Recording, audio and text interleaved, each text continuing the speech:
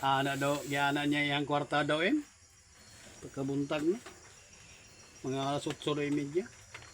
Ingon daw niya.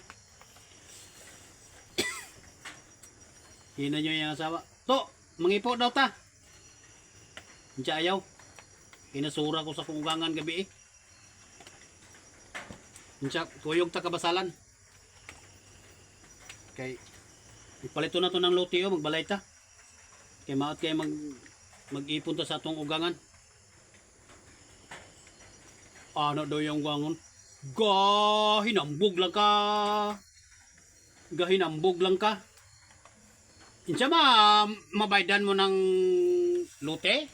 Insa ipabayad ko na sa imong hindi man? May bahay man na asawa mo? Ano siya? Ay hindi ko masilbi mang.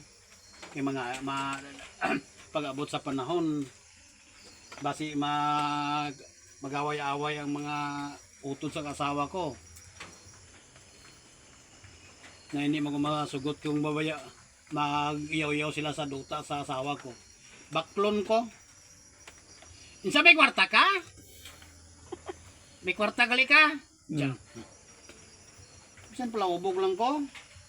Gabi-gabi tag isa lang man ka kulapo. Yado gyana yang kwarta. Yana niya yang kwarta. Gyalsa daw niya ang ulog nun. Japyang. Yan ano niya yung kwarta sa sipir. Pasuhin niya ang akong amahan.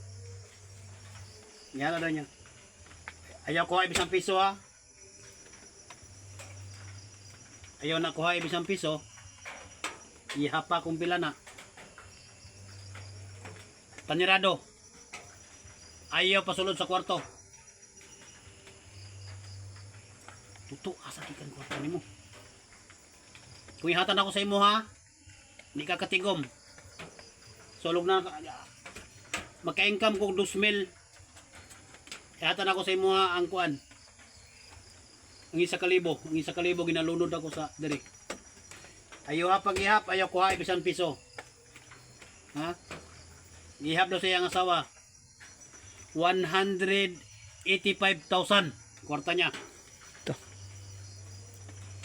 Paggawas daw niya pila namang anang lote. Siya grabe ka to do hambog ka ba. Uy gani ka kwarta may pangunggoy may salapi pa sa Wait. sa lubot. Sa bule. Magatigom din ka nangawat. Kumabaydan mo ng 12,000.